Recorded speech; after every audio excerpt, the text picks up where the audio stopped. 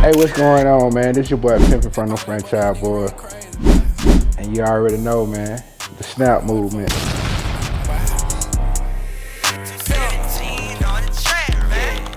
So, Pimpin, can you share the story behind your name? So how did I get my name? Well, I basically got my name Pimpin from the hood. So, it was like, okay, so, my name is Jamal, and everybody in the hood used to call me Lil Pimpin because my older brother's name is Pimpin. So, everybody used to call me Lil Pimpin. And every time it's like when I tell somebody my name, they automatically like pimping. It'd be funny, right? But ladies, I'm not a pimp. You know, I take beats and put my beats on the streets, and my beats bring me back money. So I'm pimping beats. So that's where I got that name from. But my original name was Franchise, and I named my first company Franchise Production.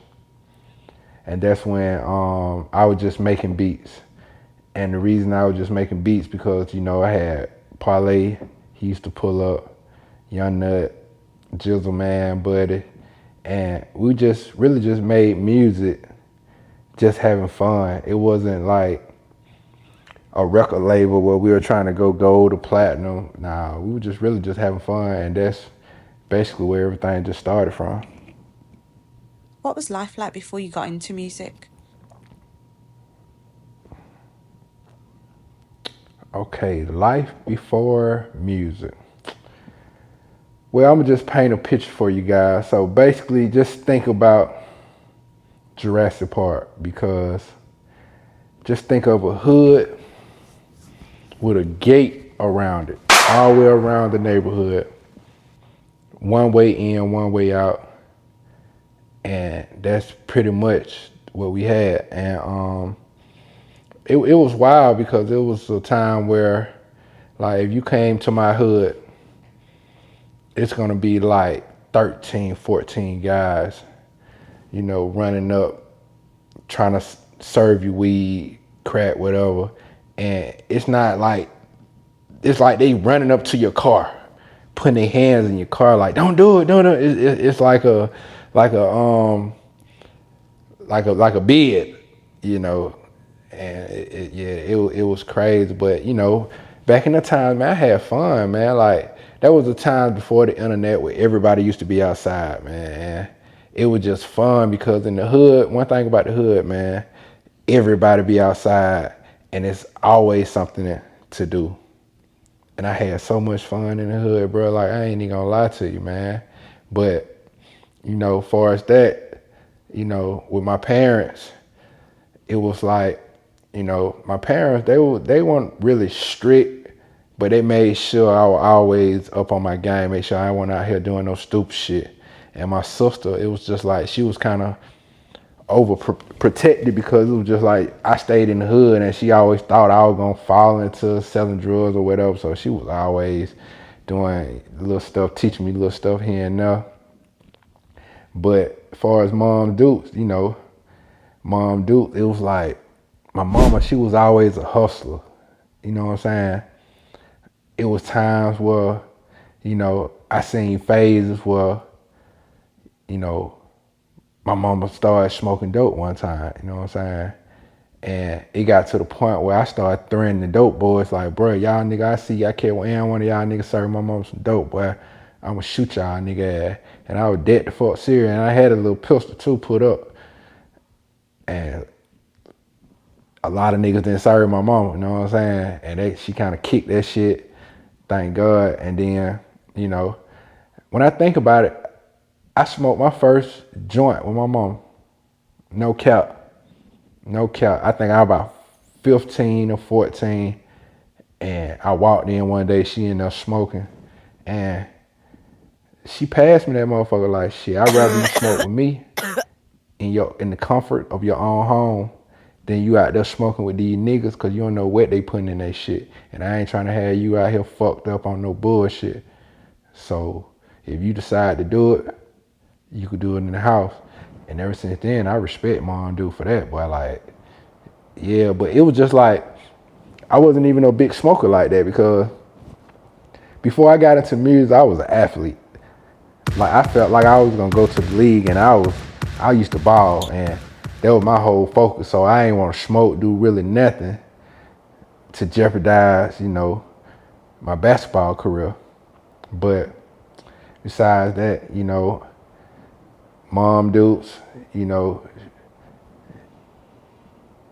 she got into writing checks, and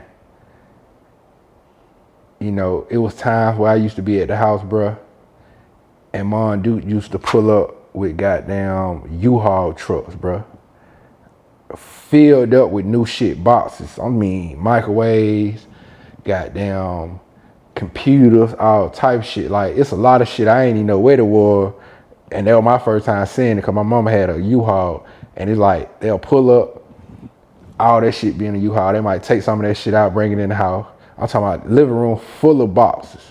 New shit. Not no goddamn used shit. Brand new shit. And that shit used to be like a goddamn warehouse, bruh. And I just remember seeing that shit. And I was just like, man, Mama, I want one of them computers. Because I ain't never... Excuse me. The only time I seen a computer was in school. So it was like, shit, oh man, my mama got goddamn about 10 of them motherfuckers. You know what I'm saying? So I'm like, shit, Mom, I want one of them computers, man. So she ended up goddamn, I seen this shit for like a year or two. Nah, I take that back, about a year. U-Hauls after U-Hauls after motherfucking U-Haul. And just watching that made me become a hustler too, cause just seeing her, what she was doing, making all this money, and just every day grinding. Like every time I don't see my mom for a whole day. You know what I'm saying?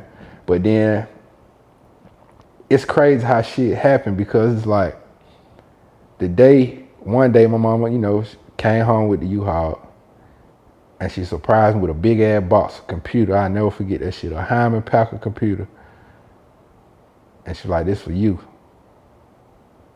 So goddamn, hooked that bitch up, trying to figure shit out, learn this shit I learned at school. And it's so crazy because like the next day, they went out to do that shit.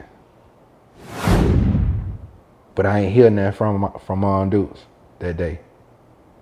Another day went by, didn't hear shit. So it's like 2 days went by, and I ain't heard nothing. So I'm like, damn. I hope nothing ain't happened, goddamn, to Mom Duke. You know what I'm saying? And then we get that call. Shit, Mom, she hit me. Like, yeah, I got jammed up, da-da-da-da. And shit, I'm gonna have to be in here. I go to court next week, and we gonna see what's gonna happen. And shit, when she went to court, they gave her like 5 years or some shit like that. So I'm 16 at the time. You gotta think about it. I'm 16 at the time in the projects by myself. Like my sister and brother, they grown, so they stayed far out. So the plan was, okay, well, you go stay with your auntie, and cause my auntie stayed in Clayco.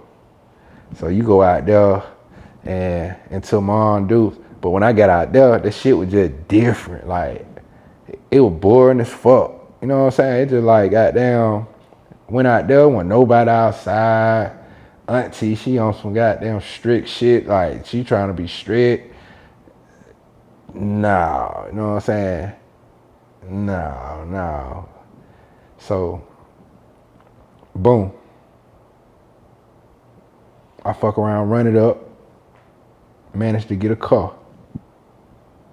Like I do all this shit fast. Managed to get a car, right? Boom. So now we still got the apartment. So the plan was my sister was gonna goddamn pay the shit for like goddamn a couple months, and then we gonna have to figure it out. But they moved all my mama shit to the storage shit, so it's just an empty apartment. I'm still going to do it, but I'm staying in Clayco. Now I got a car, so now I can manage to goddamn drive from Clayco to school back to Clayco. So I'm doing this shit for like a good month. After that month, bro, I said, fuck that shit. Auntie, I ain't coming back out there. It's over with. I can't keep doing that shit. So boom, in the apartment. My sister got down like, shit, what you gonna do? You gonna stay in the empty apartment? Hell yeah. Well, shit, you gonna have to figure out goddamn how to pay the rent, cause goddamn either you don't pay the rent, shit, they gonna put your ass up out of here. Say no more. So boom. You gotta understand, I've been watching my mom for a long time. So that led to a conversation with my partner, cause shout out to Brandon. And this how I became a hustler, and this how I learned business, all that shit. But my partner got down, well, he was doing the same shit my mama was doing. But what he was doing, the nigga he would goddamn write checks on the phone and order like a whole bunch of cell phones, bro. You know what I'm saying? And when he get the cell phone, he'll just sell the cell phone. They be off, we just sell the phone brand new, whatever, half price. So I'm seeing what he doing, and at the same time, like, I still know a lot of people. So I know a motherfucker who just started working at goddamn AT&T. It was AT&T Sprint. No, it was Sprint. Just started working at Sprint, goddamn. And they learned the system, and they fucked around and told me. So I figured that shit out, and it was a way you go on the phone, and that's how you activate the phone. It wasn't over the goddamn the internet and all that shit. It was through the phone. So when you get your phone turned on, you had to take it to the shop, take it to the 8 wherever, and they cut it on for you, and then boom, boom, boom, boom. I figured out how to do that shit. Listen, when I say we were selling so many phones, then he started getting the motherfucker 2 ways. When I say, I'm talking about I was the first one in Atlanta, Georgia with the 2 ways, no cap. The little silver motherfucker got down with that pop up. Nigga, I had all that shit, bruh. But I could go on about that shit. But anyway, yeah. So, yeah. Fucked around, getting money with that shit, turned the whole apartments into a whole office. So when you walk in that bitch, all you see was a desk, a computer, a chair, and some little weighing chairs, goddamn. That's it. And I had a little pit bull in that motherfucker. And shit, man, that was the beginning of my whole business, goddamn. You know what I'm saying? I could say it's crazy because everything was perfect timing, because my mom got the computer right before she got locked up. And that's when everything happened. When I download Fruity Loops, everything, and went crazy. The formation of your group, how did the group come together? So the group coming together. So basically, I started franchise production. So the reason I started franchise production, I always say this, was Parlay. Parlay, he let me hear freestyle, and that one freestyle inspired me to want to, chase the music career. And so basically, that's what made me get into it. That's what made me try to figure out everything. And piece by piece, I started learning stuff. You know what I'm saying? I started hanging out with my partner G-Rock, because he had a hit song called Can't Start No Player, and he was with the organization. So now I'm hanging out with him, meet Future. Me and Future get cool. Now I'm hanging out at the dungeon. Me and Rico Wade, we over there. He teaching me shit. And this all before I even did anything. So I'm just learning all this shit. I'm just on like a fly on the wall, just listening, learning. You know what I'm saying? So I'm learning about everything. So so I end up, getting a scholarship through basketball. And, and this is the same time I'm learning all this shit, right? So, I decided like, fuck it. This is the only opportunity I got. I gotta go to college. I wanna see what it's like. Like, I never liked school, but I wanted to take that opportunity to do, say I went to college and I experienced that. If I don't like it, I can always leave this motherfucker without boom. So I go to college. Ran back into Parlay the first day. We make a song called Money. And that was like Parlay's first hit song. And after we made that song the first day, I never went to trials. I mean, not trials. I never went to practice. I stopped going to class. We were just making music every day. So that's how me and Parlay linked.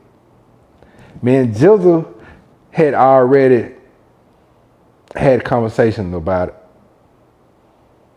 And let me take that back. So when I came, yeah, we had already had, yeah, that's right. We already had conversations about it. And it was just like, I'm finna go to school. If I come back, blah, blah, blah, blah, we're gonna make it happen. But I came back, me and Jizzle started recording. We record. I give Jizzle that. Jizzle was the first person I record. And I never forget the song. The song was called Pockets on Zero. Don't steal a G though, I got to get though. I never forget that shit. And he was rapping on that motherfucker. I made the beat. And that was the first song I ever record. Boom. So now, me and Jill are recording every day. Parlay come home. We recording every day. Peanut. How did I meet Peanut? I met Peanut through one of my people named Tori, because that's his uncle. And Tori used to come through and used to do his little thing, and he told me about him one day, and that's how me and Peanut linked. I called him up. He got that rap for me, and I like that shit. And shit, we went from there, man. That shit was just crazy. So that's how Peanut linked. But Peanut was never a part of the group. I ain't even gonna lie to you. Like, Buddy was my nigga, but I didn't like Buddy's style, y'all. Like, I didn't think Buddy was the best with the lyrics. When he delivered it, he was good with concepts and stuff, but so I used to give Buddy to run around. I ain't even gonna lie to y'all, man. No cap. I did. But we managed to make it happen. And what made us a group was when we made the song White Tee. Because when we made the song White Tee, it became a big street hit. And so many labels started coming trying to sign us. And we had, like, this is our first time even being in this situation, being in this space. And it's like, what do we do? And we didn't want to got them like, okay, Parlay the main focus. Y'all sign Parlay, but all of us on the song. So it's like, fuck it. We're going to got them make this a group. We're going to call it franchise. Boom. So we were telling the labels and shit that, yeah, man, our group, dude, we franchise. Then they hit up with some shit like, hey, man, somebody out already by the name of franchise. So we looked the shit up it was. So then get what we do. Fuck it. Them franchise boy. And that's how we linked. That's how the group came about. So you went to university. What was your experience like? Like I said before with college, college was a good experience, but when I went to college, I thought it was a different experience for me. Like, it was cool, but what fucked it up is when I seen Parlay. Cause it was just like the universe to put us high. Like, just think about that shit, y'all. Like, how the fuck, I didn't talk to the man cause, okay, in high school, we went to the same high school, Frederick Douglass High School.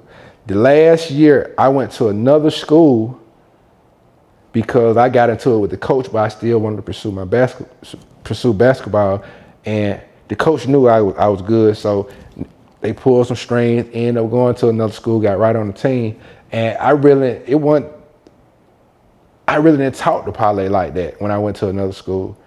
You know what I'm saying? Because you got, at the same time, he was playing for Doug, and I was on, like, that mentality, like, nigga, hey, shit, it was a competitive shit, but I ain't really talked to him. So when I seen them the first day of school, bro, that shit was like, whoa.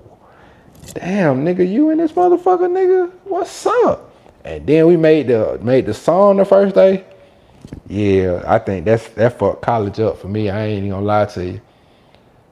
And just being in college too, it's like just you'll never understand the feeling of going to another campus. And we wasn't on no label, no none of that shit. Going to another campus on some shit they having, like a festival, wherever they having, and cars are riding by playing your shit. Like folks were riding by us playing our song. Nigga, that was the most amazing experience in college I could have had. No cap, y'all. Like real shit. But what made me leave college, like after we made money, we made a whole mixtape. And we started just passing them out on campus, and like, yeah, folks started playing that shit. Like the city started playing that shit, other schools started playing that shit. And I saw the vision. I was like, fuck this school shit. Like, what we trying to do, I can't do it here. And I left that motherfucker. Like, when I left that bitch, I jumped on the Greyhound, bro. And I just had my computer. I ain't even take no clothes. I just took my computer and goddamn, I left that motherfucker. And that was I was determined. And that was my college experience.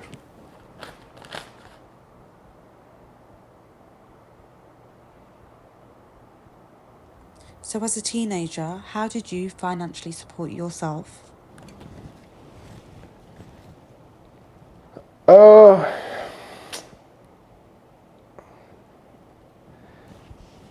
Yeah, like you gotta understand, as a teenager,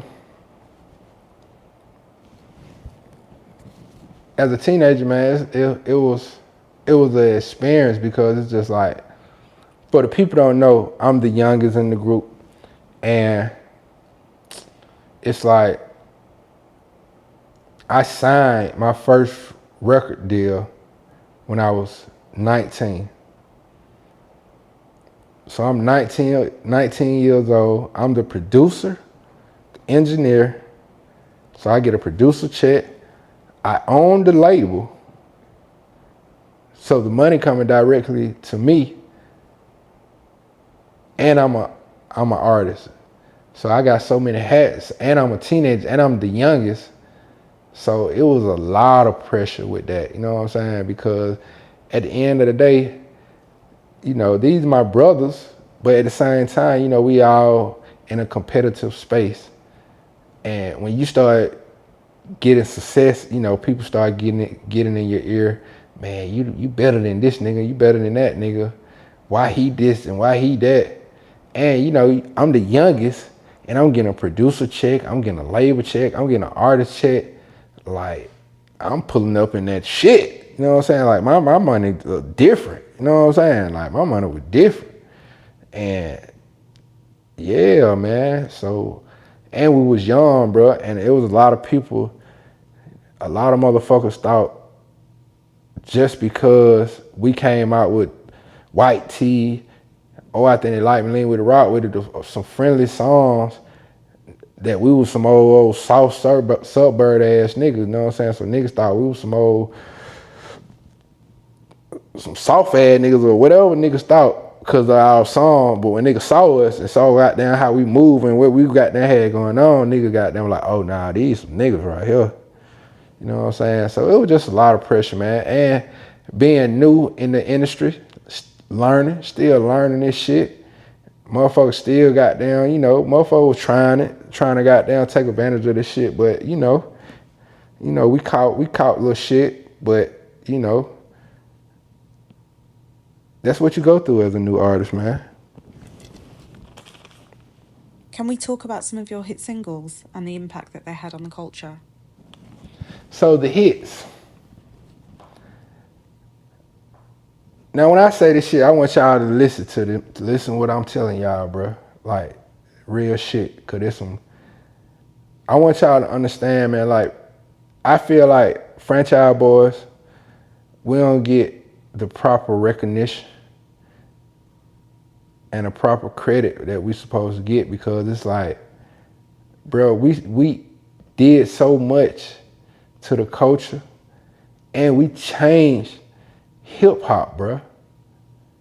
Ain't too many artists doing that shit. And it's going on 20 years and we still book, bro. Like, and you know, it's the nostalgia, bro. Like that shit, it feels so goddamn good just to hear the people say, man, I remember when your song came out, I was doing this, I was doing that. So it's just like every time people hear our song, bro, it take you to a moment in time. You feel what I'm saying? A special place. You know what I'm saying? I remember I was talking to goddamn Wichita when the goddamn song came out. But it's a fun, like our shit is fun. Like our shit is gonna be, I feel like our shit is gonna be played for a long fucking time, for generations and generations and generations. Because at the same time, bro, it was phases that we took hip hop through, bro. First, we took the motherfuckers through the white tee, bro. We changed the fashion shit, bro. Like when we came in this game, bro, we changed the way people are dressing, bro. They dressing in white tees. Fuck, like we was a problem for these motherfucking goddamn these companies, man. Who was out at the time? Rockwell, goddamn Apple Bottom, all that shit, bro. We was a problem for them folk, bro. Them folk did not like us, bro. You feel what I'm saying? Them folk had to start banning t-shirts, bro. They started, you understand me? When I say that, they had to ban this shit, bruh. They had to ban white tees from school. Oh, nah, y'all can't wear white tees in school no more. Well, y'all coming in them motherfuckers too fucked up. Too deep with them motherfuckers. Hell nah. They had to ban them motherfuckers. They had to put a dress code in the club, nigga.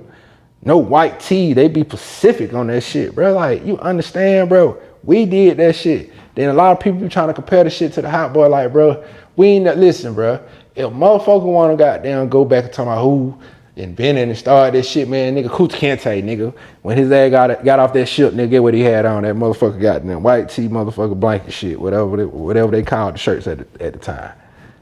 So, man, nigga don't care about that, but we made motherfuckers wear them like us, bro. Them folks wearing them motherfuckers like us, my nigga. You hear me?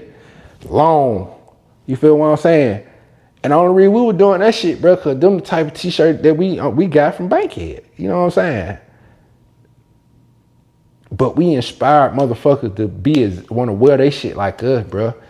That's how we entered the game, my nigga. And then after that, bro, we had all the girls dancing. Oh, I think they like me. You hear me? Not knowing that was a motherfucker diss song for what was going on in the goddamn world, bruh. You feel what I'm saying? Like real shit.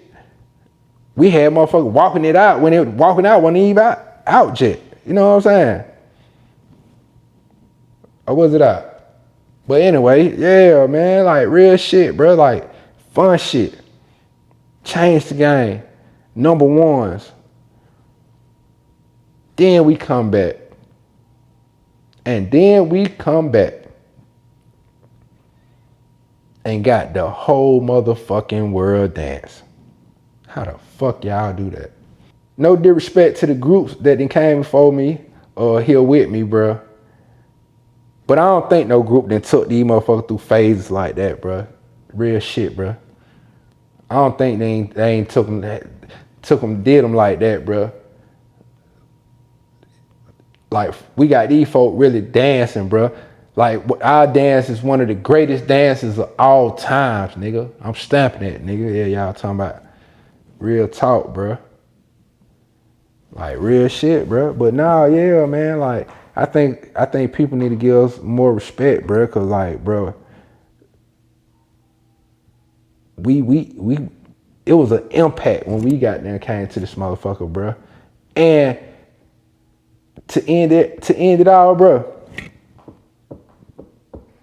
they had to give us our own genre, bro. The snap movement. Snap music. You hear me? Man, come on, man. So JD and Bow Wow, let us in on the relationship that you have with them. What's that like? JD and Bow. So I start with JD. JD, man, that's my dog, bro. I consider like JD right now. JD is one of my dogs, bro. That's my friend. You know what I'm saying? And one thing, respect to JD, man, because one thing about it, when he signed us, I'm gonna give you the exclusive. Like we really didn't sign with JD, to be honest, to be technical because it's like when we got dropped from Universal, JD had went to Virgin and he was the president and he just brought us to Virgin. We signed directly to Virgin. We didn't sign to So Def. So I just respect him even more for just putting his stamp on us and make it seem like that to help our career. Like that was hard. You know what I'm saying? But you know, after that, you know, I have built a bigger and stronger relationship with JD because shit, I down there be up there down there every other day, every week. So that's really like an uncle. You know what I'm saying? Like I just stay and soak up game, stay learning shit. But yeah, man, like that's my dog. And JD, he put how I got cool with Bow Wow even more, like because me and Bow Wow had already been cool, but like far as like, you know, on having conversation every other day, we weren't doing that. You know what I'm saying? It was just basically on some work shit. You know, I was on tour, we run into each other, hey, what's up, bud? That type shit. But how me and Bow got cool was because of JD. We did a concert with Chris Brown.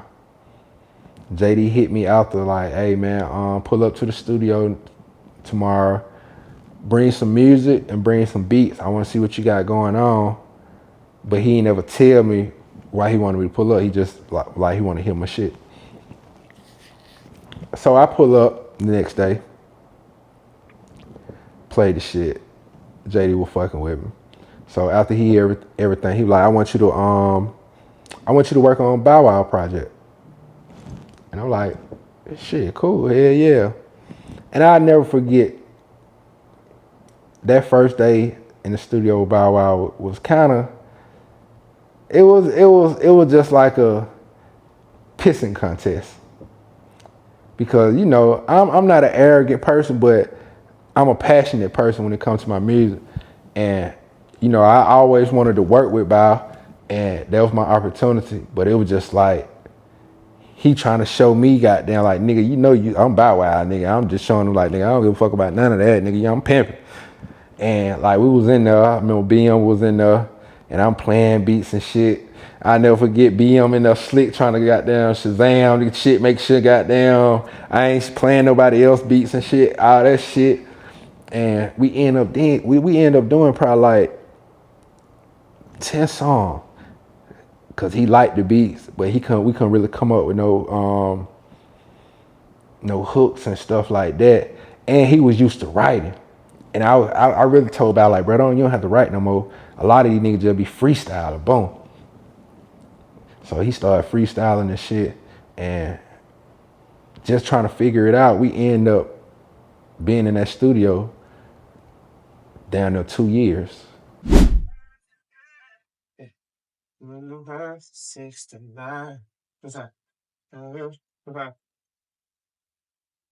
know what I'm saying? Like, niggas started sleeping in that motherfucker, sleeping in that bitch. Like, man, like, that shit was like really our house. It was me, Bow, and JD. Like, we really stayed together in the studio for down there 2 years, no cap. You know what I'm saying? Working, not just grinding it out. You know what I'm saying? So that's another thing that built the relationship. So they made us even closer because Bow started, he started, you know, letting me go on the road and shit. We did TRL together, a lot of shit, and he got to know my personality, bro. And that shit that's my brother, man. JD and Bow, like they still, you know, give me opportunities to feed my family. So like at the end of the day, you know, I always got their back, bro. You know what I'm saying? Were you a drug dealer in the past? Did I used to be a drug dealer? Um, Let me say this. I think everybody from the hood sold drugs once upon a time. But I sold drugs once upon a time, but not on a major scale. Like I wouldn't consider myself a drug dealer because, or used to be a drug dealer because I always had other hustles. I always been the schemer. Like I say, I had the cell phone shit jumping off, and then RP my nigga said, man, shout out Nick, free my nigga Blow, man. Me and them guys, we was like the Ocean Lamb, cause we had a hustle out this world, bro. And I could say, man, I was making probably like 5,000 a week in high school, all us a piece. I remember my mama coming home and she was just like, well, I don't know what the hell you got going on, but you need to stop. And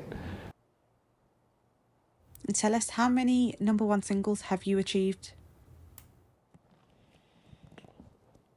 How many number ones do I have?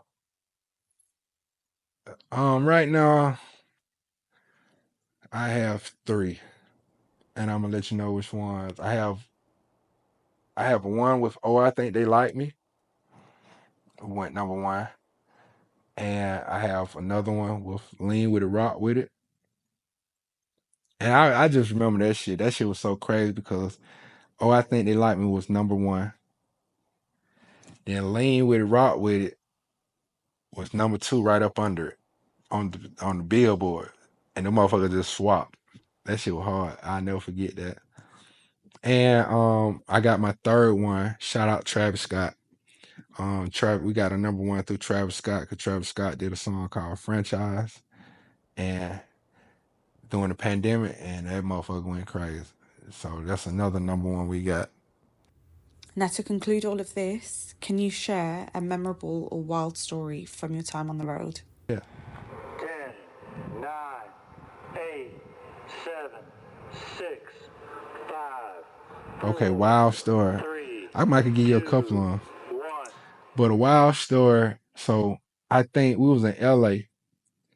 So like for the people don't know, like Franchise Boys is we are some marijuana consumers. You know what I'm saying? And that was like our first time going to LA. And I think we was doing Jimmy Kimball. And we was on the way to Jimmy Kimball, and the driver, he was just mad because we was smoking, right? And we tipping the nigga and everything. He still just tripping, right? So we get to the studio, going there, do Jimmy Kimball, walk out. We left all our weed in the car, in the truck. So we go back out. The driver tell us that he threw it away. I didn't leave mine in the car. I don't think Parlay left his. I don't think Jizzle left his. Everybody had their shit in their pocket, but Buddy left his in the car. RP my nigga Buddy. When I say Buddy flipped out, man, that nigga was tripping. And I want y'all to understand, there was that czar now. There was that pressure. Like this our first time in LA, and we ain't never been to LA before. And this our first time smoking some LA weed, bro. There was that pressure, my boy. But anyway, the driver said he didn't throw it away. Man, when I say Buddy was about to whoop that nigga ass, boy. So now the driver's scared. So the nigga done threw the bitch away at a Fat Burger in the inside of the restaurant. Pull up to the restaurant. Boom, the nigga going now. Them folk tell this nigga, oh, we done emptied the trash. Oh my God. Buddy goddamn almost lose his mind. When I say the driver went into the big trash can in the back of the restaurant and found that shit. Nigga, that shit was the funniest shit ever. When I say Butter was gonna kill that nigga ass, boy, if he could, that nigga was gonna kill that nigga ass, bro. No cap. The Lil Wayne Lick You Like a Lollipop was made for them franchise boys. No cap. So the story behind that, I take the blame for it because the day RP Static Major, but the day before it was the day before Lil Wayne them did the song or whatever. They called me. No, it was 2 days before. They called me. But the day before they called me, I had already got into it with my group because we had just came in town. I think we was on a break or something from the Scream tour, whatever. I'm exhausted. And we supposed to did something in the club or something, some free shit, and I ain't go because I'm tired. So that day, next day, they got them tripping. Bro, we got down group, bro. We gotta goddamn do da da da da da da da. All right, say no more. So we probably did something else that fucking the next day. We probably had went to some. I can't remember exactly what it was. But on the way to that shit, Kadife, shout out Kadife, he called me and he on some shit like, hey man, I need you to come to the studio, man, right now. I like, bro, I can't goddamn come to the studio. My group already been tripping on me, bro, about missing some shit. I can't miss nothing else, bro. I can't come right now. Man, I got Static Major here. He got this song, man. That shit a hit. He want y'all to do it. He said y'all his favorite group and all this. But at the time, I don't know who Static Major is. I don't know who that is. So it's like, okay, well shit, bro. I try to pull up after I finish this shit, but I can't come right now. Man, all right. Hang up with him, boom. Go do the little event shit, whatever we had going on. Kadife called Lil Wayne right after he get out the phone with me. And they pull up on Wayne and Wayne do the shit. And that shit a number one. That's Wayne first number one. Yeah. That shit, yeah.